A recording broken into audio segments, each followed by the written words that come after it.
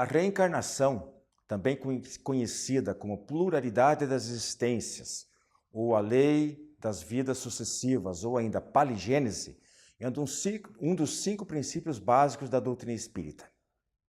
Trata-se de uma crença milenar, presente em religiões e culturas muito antigas, como a egípcia, por exemplo, e a grega.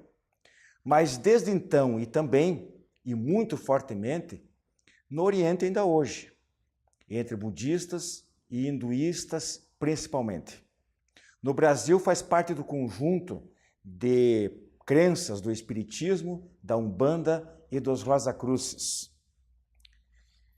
Dentro da doutrina espírita, a reencarnação é estudada nos seus aspectos filosófico, científico e religioso. Livros inteiros são dedicados ao assunto, como Reencarnação no Brasil, de Hernani Guimarães Andrade, a Reencarnação na Bíblia, de Hermínio de Miranda, e Reencarnação, Tudo que Você Precisa Saber, de Richard Simonetti. E ainda mais, em pelo menos outros 17 títulos, em que ela é tratada, é estudada quase que exclusivamente.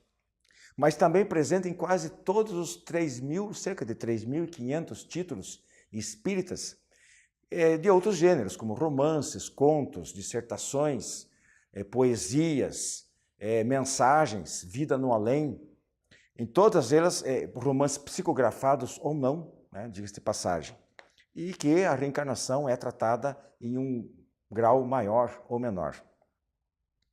Esses números dão bem a dimensão não só do volume de informações possíveis de se recolher sobre a reencarnação, como também da sua importância para a compreensão dos porquês da vida.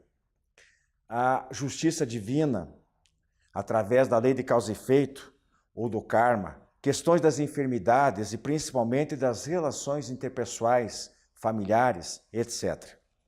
Então, hoje, o nosso tema livre, nós faremos 3 destaques. Um filosófico, um estudo de caso, um caso real, estudado e comprovado, e alguns aspectos gerais sobre a reencarnação.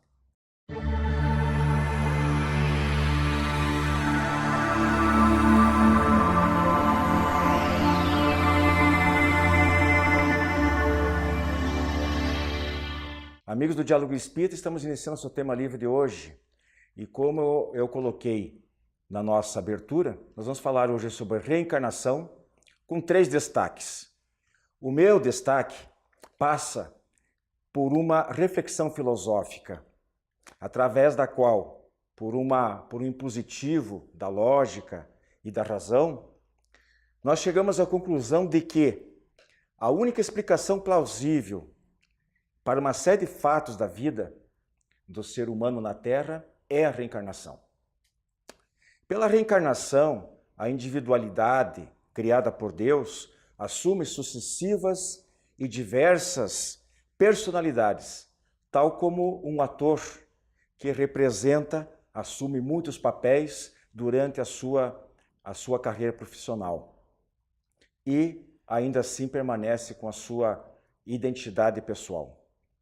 E da mesma forma como para o ator, para ele ter um bom desempenho, ele tem que estudar o papel que vai representar.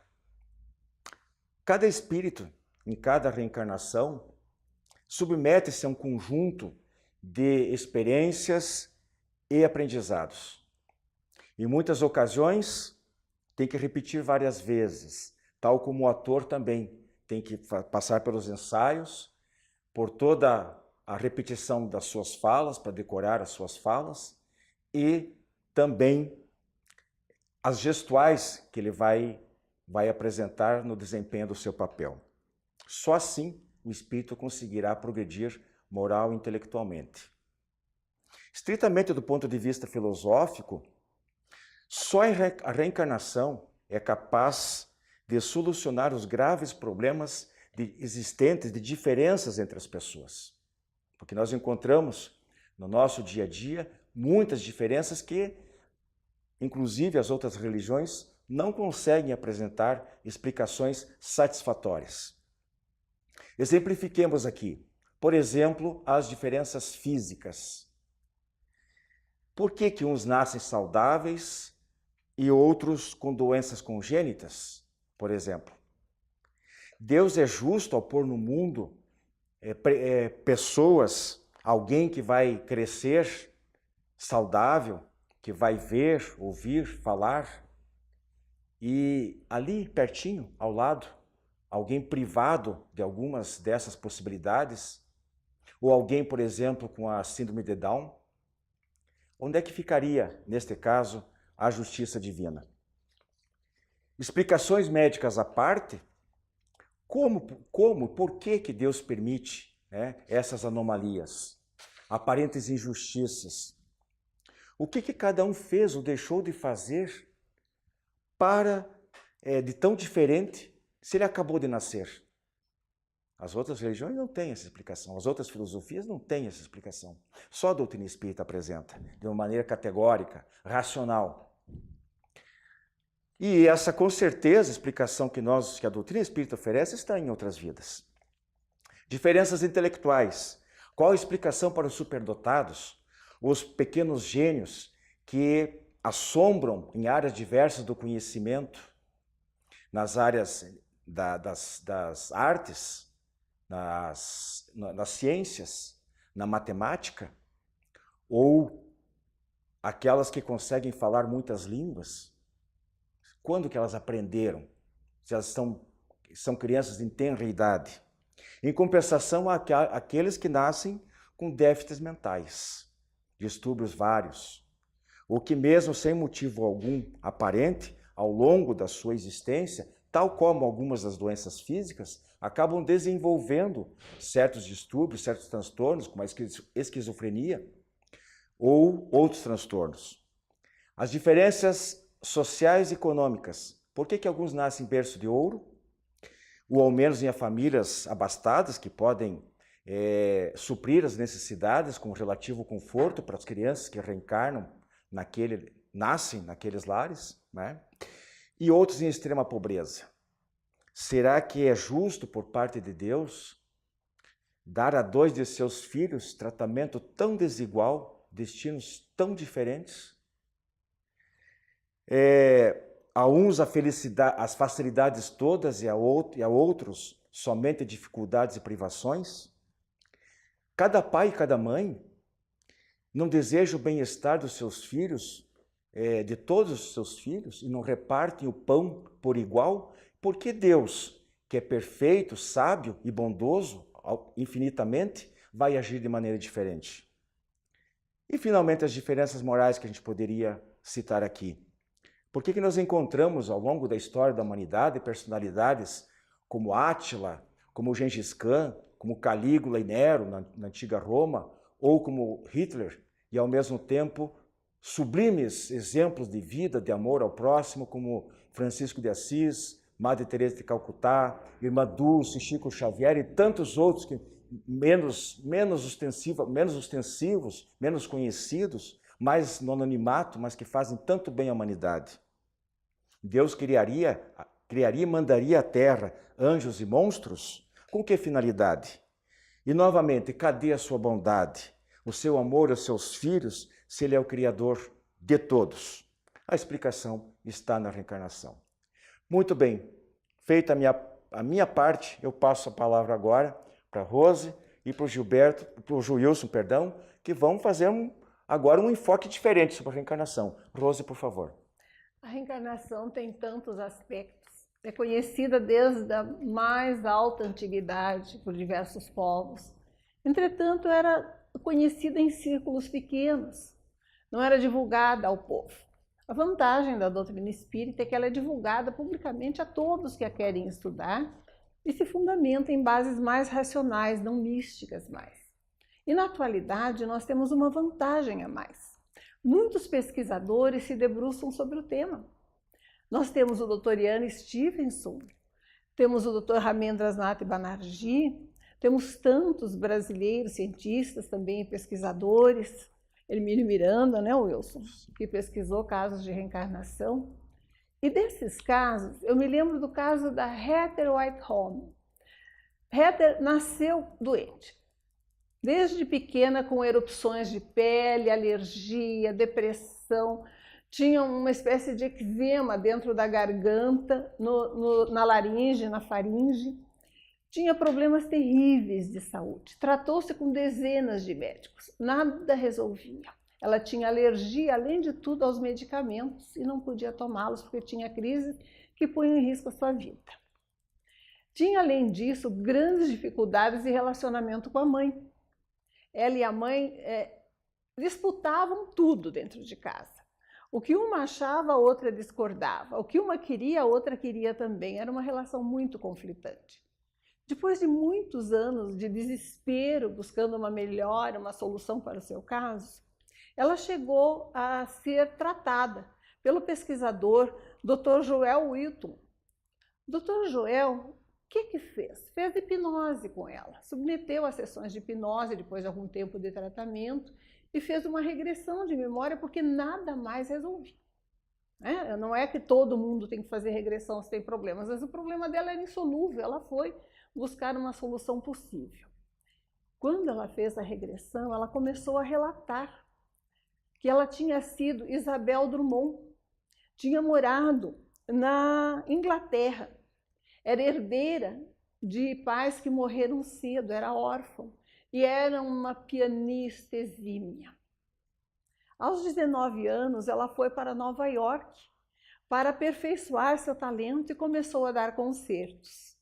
Depois de algum tempo, ela casou-se com seu empresário, Nicolau. Mas a Heather não era uma pessoa muito séria. Ela, no que ela se lembrava, no que agora a Heather se lembrava da Isabel Drummond, a Isabel Drummond era leviana. E começou a ter aventuras amorosas, se envolveu com um outro homem chamado Robert e fugiu com ele. Foi viver a vida e abandonou o Nicolau, que tinha dado todo o suporte e apoio nessa primeira fase da carreira e da vida dela. E como ela era muito violenta, muito agitada, discutia muito, ela brigou muito com o Robert durante essa viagem por questões de detalhes. E ele ficou tão nervoso que teve uma crise cardíaca, bateu o carro numa árvore, morreu no local e o carro incendiou. E a Isabel Drummond, segundo as lembranças da Heather Whitehome, que estava fazendo regressão de memória da sua reencarnação passada, em que ela tinha sido Isabel Drummond, e Isabel Drummond queimou-se muito, ficou deformada. E como ela era muito linda, ela não se conformou. Depois de algum tempo de depressão, ela ingeriu veneno e matou-se.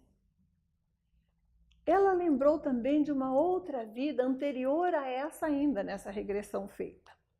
Ela lembrou-se que na Idade Média ainda, ela havia tentado seduzir o noivo de uma amiga e parente que confiava muito nela. E tanto fez que conseguiu atrair o moço, ele desmanchou o noivado com a sua ex-amiga e casou-se com ela. A amiga, vingativa também, depois de um tempo denunciou a Inquisição e nessa vida anterior ela foi morta sob tortura.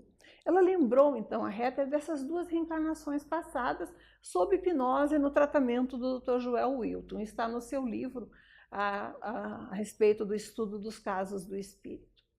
E quando ela começou a analisar aquele seu passado, ela entendeu uma coisa importantíssima. Ela não era vítima do destino nessa encarnação atual. Tudo que ela passava, tudo que ela recebia, era consequência das suas escolhas livremente feitas no passado. Ela chegou a reconhecer a própria mãe na reencarnação atual, a mãe da Heather Whitehome, como aquela amiga que ela havia traído e que depois a denunciou à Inquisição e fez com que ela fosse morta. Mais ou menos um ano depois do desencarne, como Isabel Drummond, ela reencarnou como filha dessa amiga e, naturalmente, desenvolvendo essa grande rivalidade por todos aqueles anos, e ela teve todas as consequências no seu organismo daquelas escolhas erradas do suicídio feitas em outra encarnação. Quer dar um intervalo? Eu posso continuar? Mulher fala muito. Vamos fazer um intervalinho que você deixa em suspense aí a conclusão do caso. Nós voltamos já. A Casa Editora O Clarim divulga há mais de um século a luz e o conhecimento da doutrina espírita com valioso conteúdo, de belíssimos romances a esclarecedoras obras doutrinárias. Conheça, divulgue e compartilhe a lucidez do Espiritismo. Casa Editora O Clarim. Acesse www.oclarim.com.br.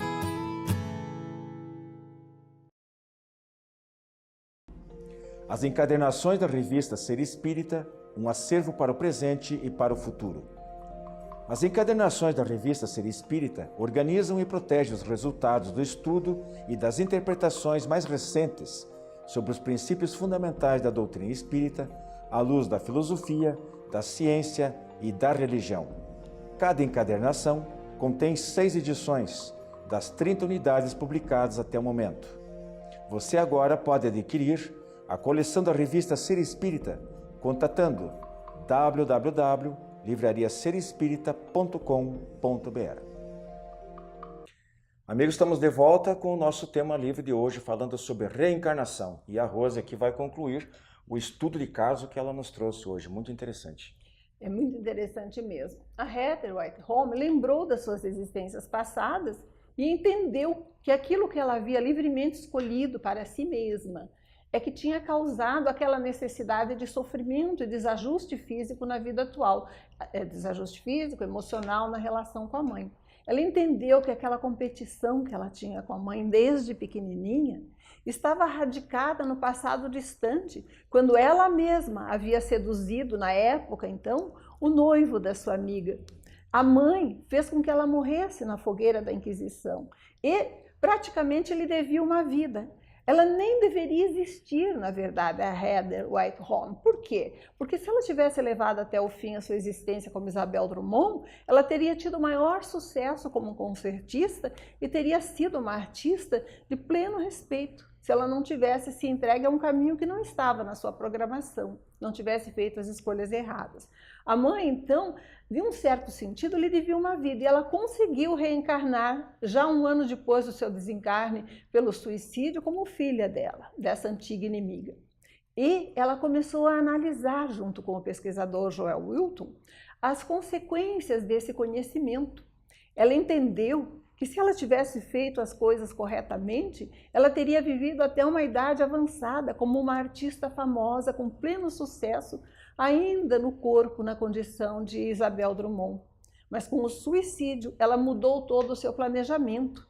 Mas Deus não a abandonou. Lhe deu a oportunidade de voltar como filha da antiga inimiga para estreitarem os laços.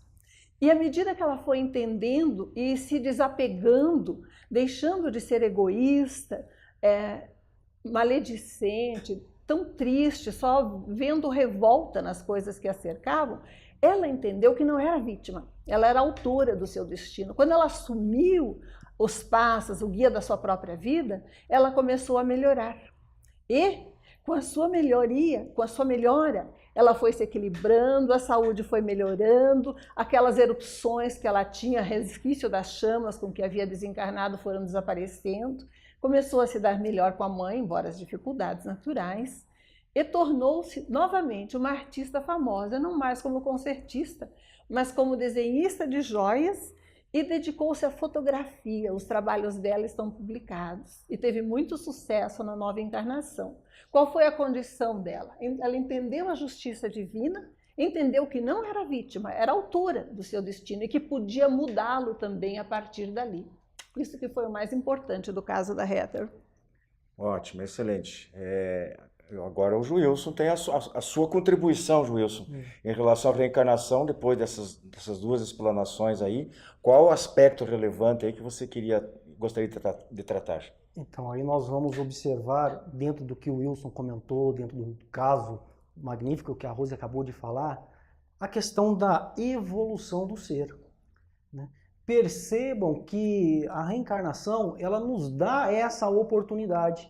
Enquanto outras religiões falam que se você errou, você cometeu um erro, você vai sofrer a pena eterna, a doutrina espírita, que nós tanto falamos dela, que é consoladora, que é esclarecedora, nos traz esta informação de que nós temos a oportunidade de evoluir sempre, de progredir sempre. Então, isso que nós vemos hoje, em que muitas pessoas, estudiosos aí, que relacionam a tal da física quântica com espiritualidade e sempre vem batendo nessa tecla de que nós somos os responsáveis pelo nosso destino, a doutrina espírita já vem nos esclarecendo isso há mais de 160 anos. E cabe a cada um de nós parar para refletir. E vejam só, pegando o gancho do caso que a Rose comentou, né, esse espírito ele teve 2 reencarnações em que ele sofreu muito.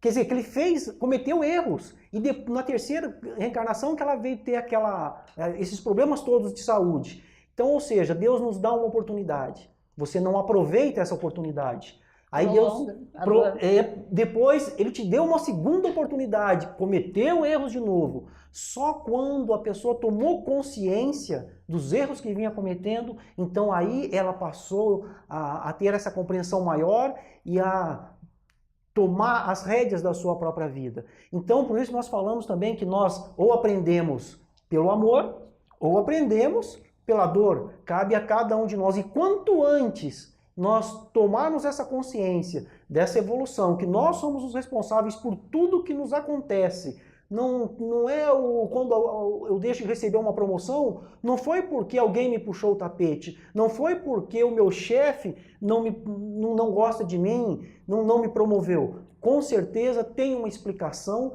e que muitas vezes nós desconhecemos essa explicação. Então esse processo de evolução cabe a cada um de nós, que é o nosso aprendizado que vem caminhando a cada dia. Outra situação interessante que nós vemos na reencarnação é a oportunidade de repararmos os nossos erros.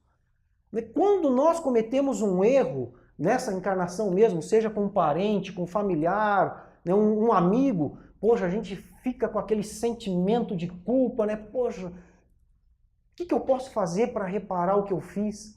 Às vezes chega até o amigo, aquela pessoa a quem você prejudicou, você pede desculpas, só que ainda assim fica aquela sensação de que está faltando algo. Você tem que reparar aquilo que você fez. E a reencarnação também nos dá essa oportunidade de repararmos os nossos erros, de corrigirmos, como foi o caso daquela amiga que entregou a outra e depois que foi queimada na fogueira e daí então ela aceitou ser mãe. Então, foi a oportunidade que ela teve de reparar o seu erro. E assim todos nós temos. Só que nós, muitas vezes, não refletimos sobre essas questões da vida. E nós podemos ter essa oportunidade de reparar os erros que cometemos nessa existência, ainda nessa existência. Porque senão nós vamos levar isso aí para frente e depois vai ficar muito mais complicado. E então nós vamos ver a questão da justiça divina funcionando de uma forma harmônica dentro dessa engrenagem da vida, que nós vamos admirar cada vez mais essa beleza dessa justiça de Deus, que nos dá essas condições de progredir, e assim ele não tem pressa. Depende de cada um de nós, cada um tem o seu momento. E isso nós vemos as pessoas de diversas religiões comentar. Poxa, eu despertei pelo amor do Cristo, para conhecer Jesus, né, para conhecer os ensinamentos do Cristo. Então é a justiça divina que nos permite isso, e isso só vai depender de nós, do nosso tempo. Ele nos dá todo o tempo que nós necessitamos, não nos impõe essa evolução. Só vai depender, como a Rose comentou, como o Wilson comentou ainda há pouco, de cada um de nós. Só depende de você querer avançar mais rápido ou ir um pouco mais lento. Era essa a nossa contribuição. Então, nosso tema livre de hoje fica por aqui. Ainda temos o quadro Espiritismo Responde. O Wilson volta daqui a pouquinho. Até mais.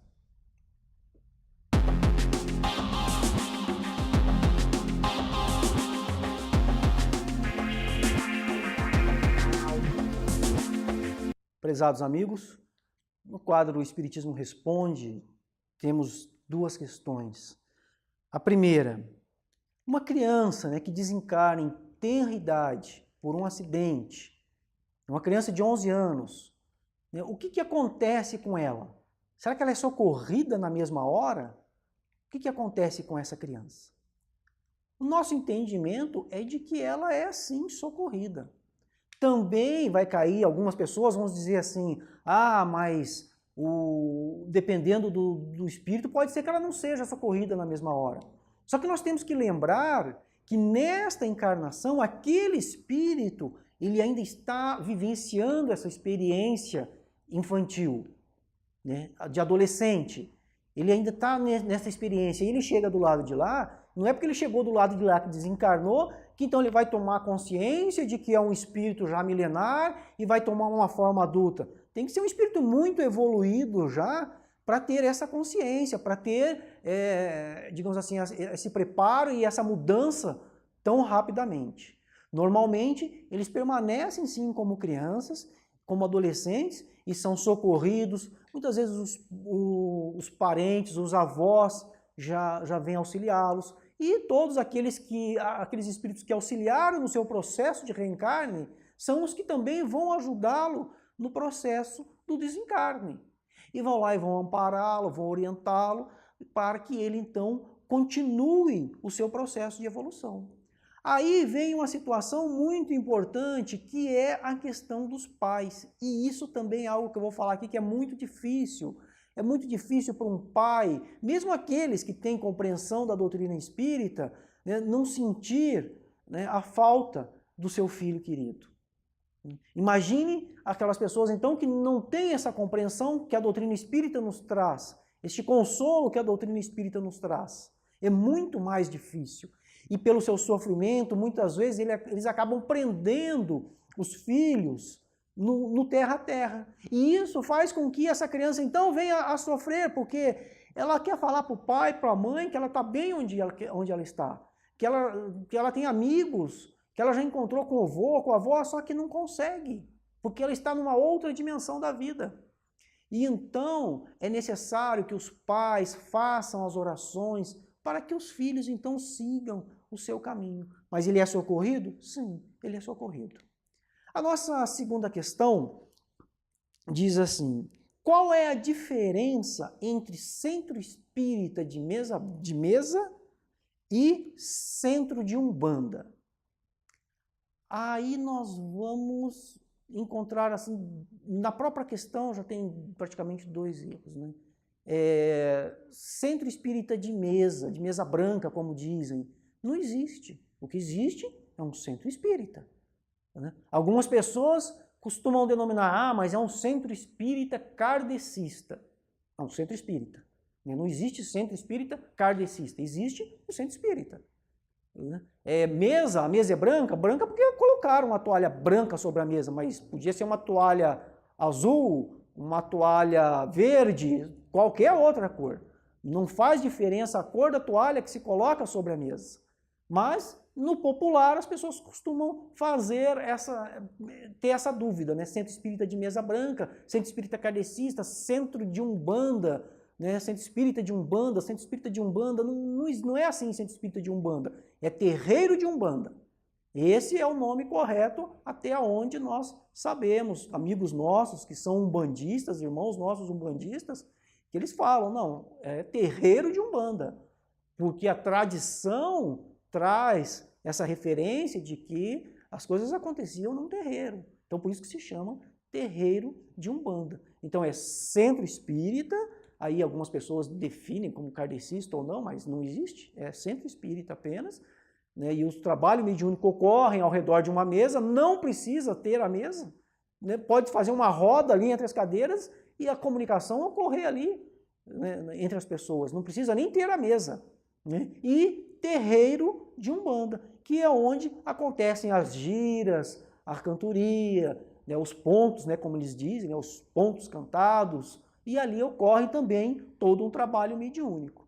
Essas são as diferenças que existem. Continue mandando as suas questões para o programa Espiritismo Responde, que na sequência serão respondidas. Nosso muito obrigado pela assistência e fiquem em paz.